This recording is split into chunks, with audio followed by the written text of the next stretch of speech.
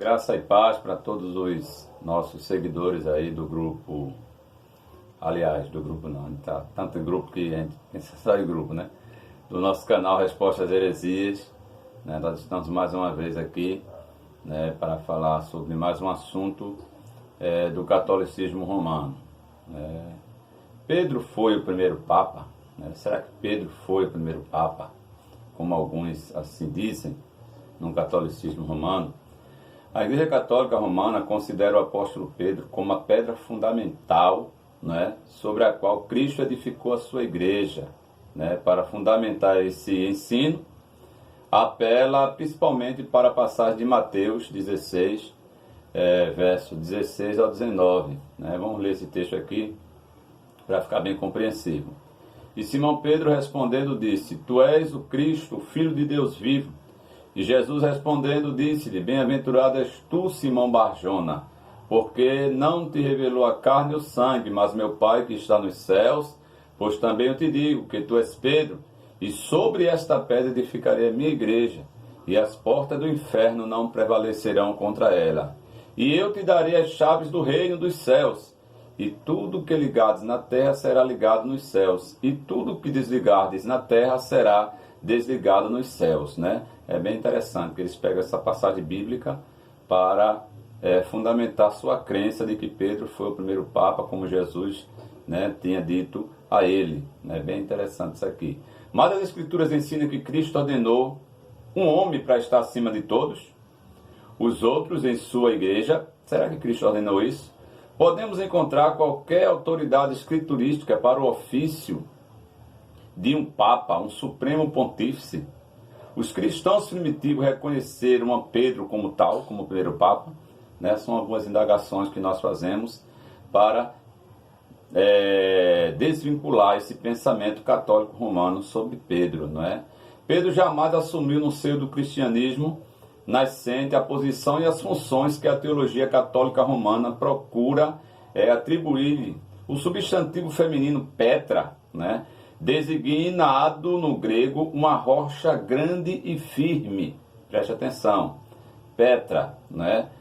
Já o substantivo masculino Petros, que foi usado exatamente para Pedro nesse texto que Jesus citou, é aplicado geralmente a pequenos blocos, né, rochosos, móveis, bem como a pedras pequenas, tais como a pedra de arremesso.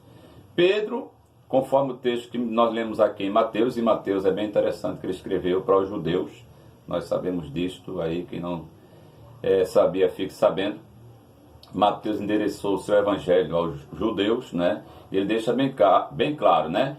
Petros, né, ou Pedro, bloco rochoso e móvel, não Petra, que foi o que Jesus falou, rocha grande e firme. Ou seja, Jesus quando disse, e disse assim, tu és Pedro, Jesus está dizendo, tu és Petro, né?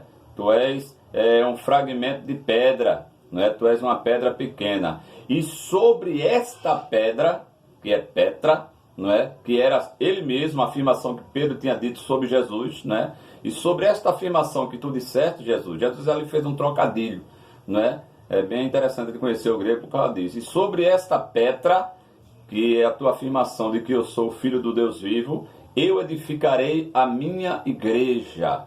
Isso aqui fica bem claro. Mas Jesus chamou Pedro de Petros, né, que é um pequeno fragmento de pedra. Então dá a entender aí que Pedro nada mais é do que também uma pequena pedra no edifício que é a igreja de Cristo. Mas a pedra fundamental, a pedra imóvel, a pedra rochosa, que é Petra, foi a afirmação que Pedro fez. Então foi um trocadilho, só para a gente entender mais ou menos aqui a afirmação de Pedro e o que Jesus tinha dito para ele, né? A gente vai ver que lá em Efésios 2 e 20 vai falar sobre esse fundamento que é Jesus, né? Essa Petra, né? Edificado sobre o fundamento dos apóstolos e dos profetas, de que Jesus Cristo é a principal pedra da esquina, ou seja, a pedra fundamental, a pedra onde o edifício todo é edificado. Então Jesus Cristo, ele é a pedra da esquina, ele é a pedra principal, não é Pedro. É porque a Bíblia deixa bem claro, né? Então nesse versículo nós vamos ver que essa expressão pedra se refere a Cristo e não a Pedro, né? Muito interessante aqui. Se os irmãos quiserem, se aprofundar, as pessoas que estão nos ouvindo, tem mais textos, né, que falam sobre Jesus Cristo sendo a principal pedra de esquina. Eu vou citar para vocês. Se você quiser anotar aí, anote aí. Está lá em Romanos 2:20, né, vai falar sobre essa questão de Jesus sendo a pedra fundamental. Romanos 2:20. Romanos 9:33 também vai falar sobre Jesus como a pedra fundamental da igreja. 1 Coríntios 10:4, né, está falando também de Jesus como fundamento da igreja, do cristianismo. E o próprio Pedro, lá em 1 Pedro 2:4, né, fala também sobre isso. E também 3:2, também o próprio Pedro vai falar Jesus sendo a pedra fundamental da igreja. Não é? O fundamento da igreja não é Pedro, é Jesus. À luz das palavras do próprio apóstolo Pedro, nós vamos ver essa questão aqui, né? E vamos ler o texto aqui, que já está aqui, né? Lá em 1 Pedro 2:4. Veja que o próprio Pedro fala sobre essa questão de pedra. Chegando-vos para ele a pedra que vive, rejeitada assim pelos homens, mas para com Deus eleita e preciosa. Está convocando os cristãos a chegarem para Jesus, a pedra eleita, não é? A pedra que vive, a pedra fundamental. Todos os crentes, eles são petros, né? Ou seja, fragmentos de pedras, né? Blocos rochosos móveis, né? Muito interessante aqui, Pedro também vai falar sobre isso. 1 Pedro 2:5.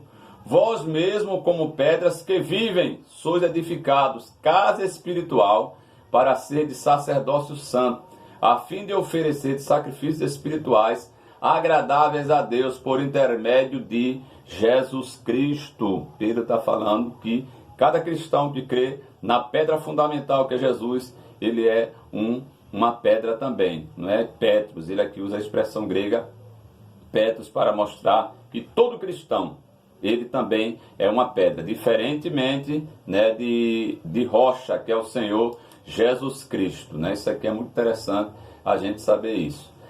O testemunho dos pais da igreja, dos 84 pais da igreja que nós conhecemos, e o catolicismo romano também conhece, né? Só 16 creem que o Senhor Jesus se referia a Pedro quando disse esta pedra.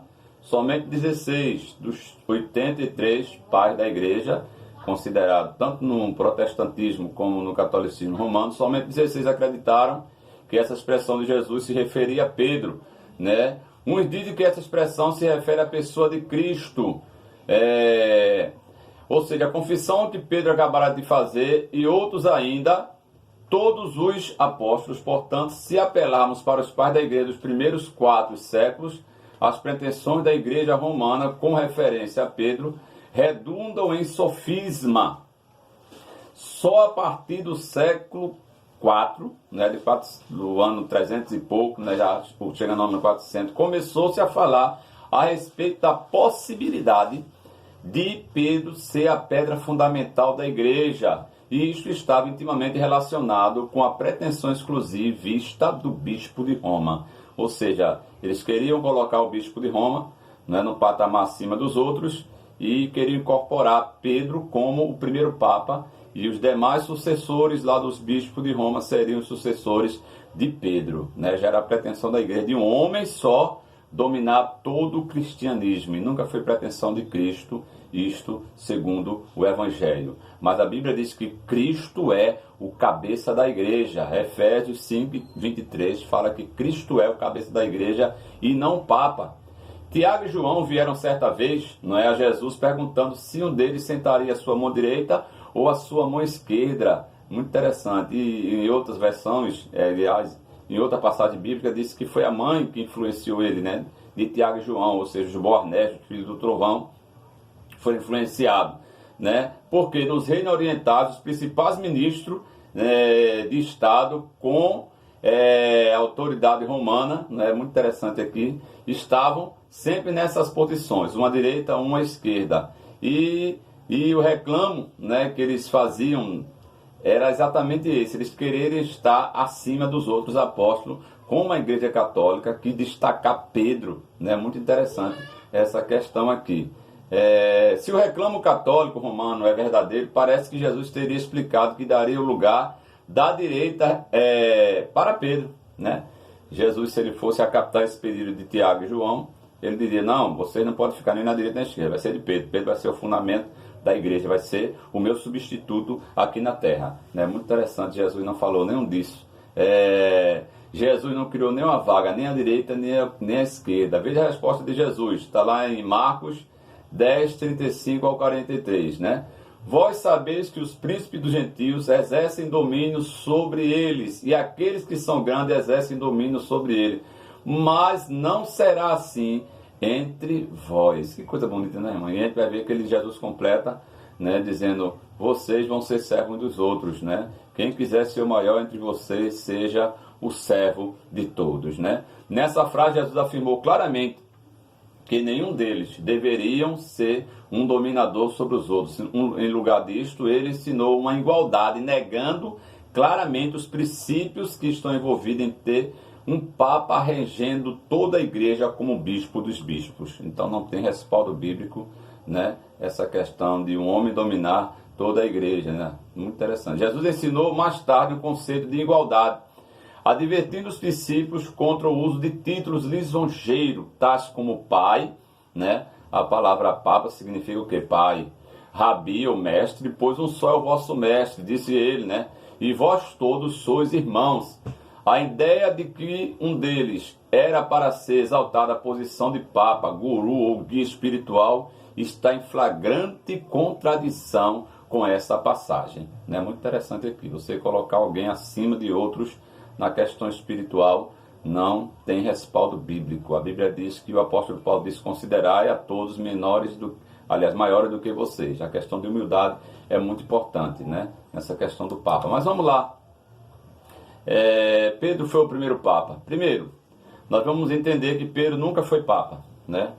Pelo conceito que nós temos hoje de Papa, Pedro nunca poderia ser Papa. Primeiro, porque Pedro era casado, né? O fato de que Pedro era um homem casado não se harmoniza com a posição católica, que o Papa deve ser solteiro, né? Não só o Papa, mas também os bispos, os padres, hoje os cardeais, né, do catolicismo romano, eles devem ser solteiros, segundo, né, a lei católica. Pegar esse texto, né, isolado lá de Paulo, também influenciado pelo paganismo, né, que os sacerdotes, na maioria deles, eles eram solteiros, né, o celibato, né, muito interessante isso aqui. Depois nós vamos ver se a gente faz também um vídeo sobre isso, né, como o celibatário, né, o celibato influenciou a questão de os padres se tornarem solteiros, né. Depois nós vamos fazer um vídeo também sobre isso. Primeiro, Pedro ele não era casado, ele tinha uma sogra. Jesus curou a sogra de Pedro. Se Pedro tinha sogra, exatamente Pedro ele tinha esposa, né? É claro que foi, né, haver uma relação real da esposa de Pedro. Se Pedro tivesse uma esposa, não é verdade? Ou seja, Pedro teve uma esposa, né? Pedro teve uma esposa, não tem como negar essa questão, né? Até mesmo uns anos mais tarde, Paulo fez uma declaração sobre Pedro, né, que mostra que os apóstolos tinham esposas, incluindo Cefas, que é o nome de Pedro, se não me engano, em aramaico, né? Está lá em 1 Coríntios 9 e 5, né? Cefas era o nome aramaico de Pedro, realmente está aí.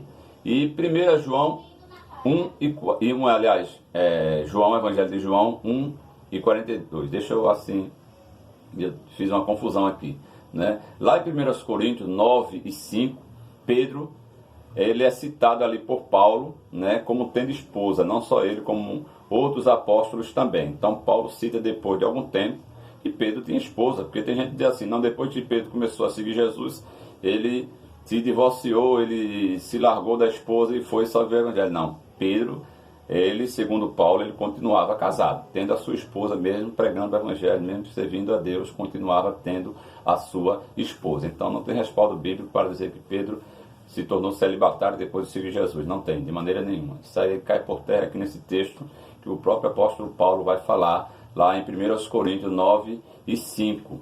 E 1 João, foi o que eu falei, não é 1 João, é o Evangelho de João 1 e 42. Aí nós vamos ver realmente Jesus chamando Pedro de Cefas, né, que era o nome aramaico de Pedro, né? Então cai por terra aí essa questão do Papa, de Pedro ser Papa, porque Pedro era casado, tinha uma sogra e tinha uma esposa também, está comprovado. Segundo, Pedro não permitia que os homens se curvassem diante dele, como o Papa faz, né? Tem gente que chega lá, beija o pé do Papa, faz isso, faz aquilo, se prostra, né? Quando Pedro entrou na casa de Cornélio, né, que era um homem que ele foi levar a palavra de Deus para ele, Cornélio quis se prostrar, né, diante de Pedro. Está lá em Atos 10, 25 e 26. E a Bíblia diz que, mas Pedro levantou dizendo, levanta-te que eu também sou homem. Ou seja, Pedro era humilde, ele não recebia adoração, não recebia veneração, não recebia elogio, não recebia nada, coisa que o Papa, né, e os papas vieram fazendo desde muito tempo atrás, né, sendo beijados, recebendo bênção disso, bênção daquilo, né. Isso foi muito diferente do que o Papa teria feito, né, o bispo de Roma fez depois de muito tempo, né. Então cai por terra também a questão de Pedro ser primeiro Papa, porque Pedro não deu esse exemplo terrível, né, de pessoas quase que adorando, venerando a um outro homem, né. Pedro não colocou a tradição no mesmo nível da palavra de Deus como faz os católicos, como o Papa faz, né? Ao contrário, Pedro tinha pouca fé em tradições. Está lá em 1 Pedro 1 e 18, quando ele diz que Deus, ele nos comprou, ele nos remiu, né, das tradições que herdaram os nossos pais. Então o catolicismo romano e o Papa ensina que a palavra de Deus ela está em pé de igualdade com as tradições que os católicos acreditam, ou até mesmo está abaixo das tradições católicas. Seu sermão no dia de Pentecostes foi cheio da palavra de Deus, o sermão de Pedro. Veja quão diferente é. Ele não citou tradição judaica, não citou tradição de grego, não citou tradução de ninguém. Ele citou a palavra de Deus e não tradição, né? Quando o povo perguntou, não é, o que deveriam fazer para consertar-se com Deus, Pedro não disse a eles que derramasse água, borrifasse água sobre eles, né? Em lugar disso, ele disse, arrependei-vos e sede batizado no nome de Jesus Cristo para a remissão de pecados e recebereis o dom do Espírito Santo. Então, que papa diferente era Pedro, né? Que não confiava em tradições de homem, nem lendas, nem histórias, mas confiava apenas na palavra de Deus. Pedro não foi Papa também porque ele não usou coroa. A gente vê que o Papa, ele usa aquela coroa, não é, para dizer que está acima dos outros, é como se fosse um rei, né? Pelo contrário, Pedro ele disse que quando o sumo pastor, né, o supremo pastor, que é Jesus, ele aparecer, ele diz, então recebereis a incorruptível coroa de glória. Está lá em 1 Pedro 5 e 4, né? Uma vez que Cristo ainda não apareceu novamente, a coroa que o Papa usa não foi colocada sobre ele por Cristo, de maneira nenhuma. Resumindo, Pedro jamais agiu como Papa, nem se vestiu como Papa, jamais falou como Papa, jamais escreveu como Papa, e as pessoas não se aproximavam dele como se fosse um Papa, como nós conhecemos hoje. Então, Pedro, se foi Papa, foi totalmente diferente, né? Mas Pedro nunca foi Papa. E outra coisa, né? Pedro, ele talvez nunca tenha chegado a Roma, segundo alguns historiadores, né? A única citação que mais ou menos a gente vai ver é quando Pedro, em sua carta, ele fala da Babilônia. Alguns acreditam que essa expressão Babilônia significava Roma antiga, mas isso também não dá respaldo para dizer que Pedro chegou lá na Babilônia ou lá em Roma. É muito interessante nós entendermos essa questão, porque segundo a tradição católica, o Papa, né, ele veio sucessivamente lá de Roma, né? Com toda a probabilidade, para a gente encerrar, né, com toda a probabilidade, nos primeiros dias primitivos da igreja, Pedro realmente ocupou a mais proeminente, isso aqui é muito interessante, posição entre os apóstolos. Foi Pedro quem pregou o primeiro sermão. Jesus tinha dito a ele que ele iria abrir as portas do Evangelho, né? Porque muita gente diz assim, Pedro é o chaveiro do céu, porque Jesus disse assim, e eu te darei as chaves dos céus. Mas as chaves dos céus aqui, irmãos, não é a questão de Pedro ser chaveiro do céu. Isso é a interpretação errônea católica que ficou na crença popular até hoje, né? Arreia Pedro, quando cachorro, quando não cai, naquela questão toda. Mas as portas aqui, aliás, as chaves para abrir as portas do céu seria a pregação do Evangelho, tanto aos judeus como aos gentios. Nós vimos isso lá no sermão no dia de Pentecostes. Pedro pregou, né, o primeiro sermão coletivamente, e a Bíblia diz que ali foram acrescentados, né, quase 3.000 almas para o Senhor. Mais tarde, Pedro levou também o evangelho exatamente para os gentios, através de Cornélio, né? Foi Pedro, Deus queria tratar com Pedro, Deus queria tirar os preconceitos de Pedro, como judeu ortodoxo, mostrar para eles que Deus amava todo tipo de povos, línguas, nações, culturas, né? Então, Pedro realmente teve a proemissão, né? Ele foi proeminente, né, no início do evangelho, mas a Bíblia não vai falar mais de Pedro depois de certos atos, né, no livro de Atos. A Bíblia vai dar proeminência agora ao apóstolo Paulo. Isso aqui é muito interessante. Encontramos uma lista dos 12 apóstolos na Bíblia. O nome de Pedro é sempre mencionado em primeiro lugar, lá em Mateus 10:2. Isso aqui a gente tem que deixar o mérito aí realmente para Pedro, né? Muito interessante aqui. Em Atos também 1:13. Mas nada disso, nem mesmo por um forte esforço de imaginação, né, indicaria que Pedro foi papa ou bispo dos bispos universal. De maneira nenhuma. Nós já provamos aqui algumas coisas, né? Se Pedro tivesse sido, né, papa, a ordem das colunas, conforme, né, Paulo fala lá em Gálatas 2:9, seria Cefas, Tiago e João. Mas Paulo diz que a ordem das colunas da igreja, que Paulo cita lá em Gálatas, está diferente, tá? Tiago, Cefas e João, né? Isso aqui é muito interessante. Paulo falou de Pedro, Tiago e João como colunas da igreja cristã, não é? Mas não indica a ordem, né, que Pedro seria o primeiro. Pelo contrário, veio Tiago, né? Veio Tiago. Por quê, irmão? Porque Tiago, segundo as Escrituras Sagradas, né, vai mostrar a Bíblia também e a história que Tiago foi o primeiro líder da igreja em Jerusalém, né? Foi o, vamos dizer assim, o presidente da igreja ali que presidia, né, os apóstolos ali na palavra de Deus, né, nas ordenanças, nas regras, nas decisões. Nós vamos ver isso lá no capítulo 15 do livro de Atos, né? Muito interessante aqui.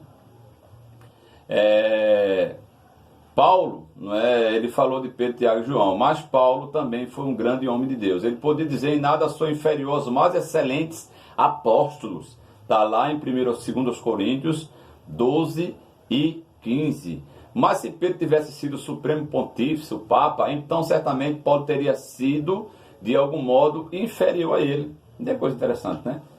Então Paulo, ele se colocou no mesmo nível de Pedro, de Tiago, de João, desses apóstolos que eram a coluna da igreja, porque ele foi chamado por Deus para uma missão específica, levar o evangelho aos gentios, aos reis, né? Foi um vaso escolhido de Deus. Então, se Pedro fosse esse que a igreja católica diz, Paulo teria dito: não, eu sou apenas inferior a Pedro, que é o bispo dos bispos, pontífice lá entre os apóstolos. É interessante aqui. Nós vamos ler que Paulo também repreendeu a Pedro, porque era repreensível, porque o catolicismo romano, ele diz que o Papa, ele é inculpável, ele é inerrante, ele vamos dizer assim, que não erra, uma pessoa irrepreensível, né? Ele é uma pessoa que não tem erros, que não erra, né? Muito interessante aqui. E a gente vai ver que Paulo repreendeu a Pedro exatamente nessa questão, né? Um palavreado que parece estranho, né? Se Pedro fosse visto como um papa ou infalível, Paulo foi chamado apóstolo dos gentios, lá em Romanos 11:13. Enquanto que o ministério de Pedro foi primordialmente para os judeus, né? Paulo escreveu 100 capítulos, aleluia, coisa interessante, né? Com 2.320 versículos, enquanto Pedro escreveu apenas 8 capítulos com 160 versículos, né? Esses fatos deixam em si mesmo parecer suficiente para mostrar que Pedro não era o bispo de Roma, pois Roma era uma cidade gentílica e não uma cidade judia, né?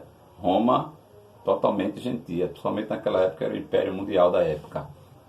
Então, quem pregou para o povo de Roma, quem edificou a igreja lá em Roma não foi Pedro, foi Paulo. Então, Pedro nunca foi bispo de Roma, Pedro nunca chegou a Roma, segundo a maioria dos estudiosos, né? A arqueologia não mostra isso, se mostra são tendenciosas né? Mas a Bíblia vai dizer que Paulo foi o apóstolo dos gentios, que pregou para os gentios, que levou o evangelho para os não-judeus, a reis, a pessoas de autoridade, e terminou seu ministério lá em Roma. Esse sim poderia dizer-se que foi o fundador da igreja cristã lá em Roma, e nunca Pedro. Tudo isso é altamente significativo quando consideramos que toda a estrutura do catolicismo romano está baseada no reclamo que Pedro foi o primeiro Papa de Roma, quando Pedro nem lá chegou. Então, está desfeito aí, né, irmãos, essa questão de Pedro como o primeiro Papa. Então,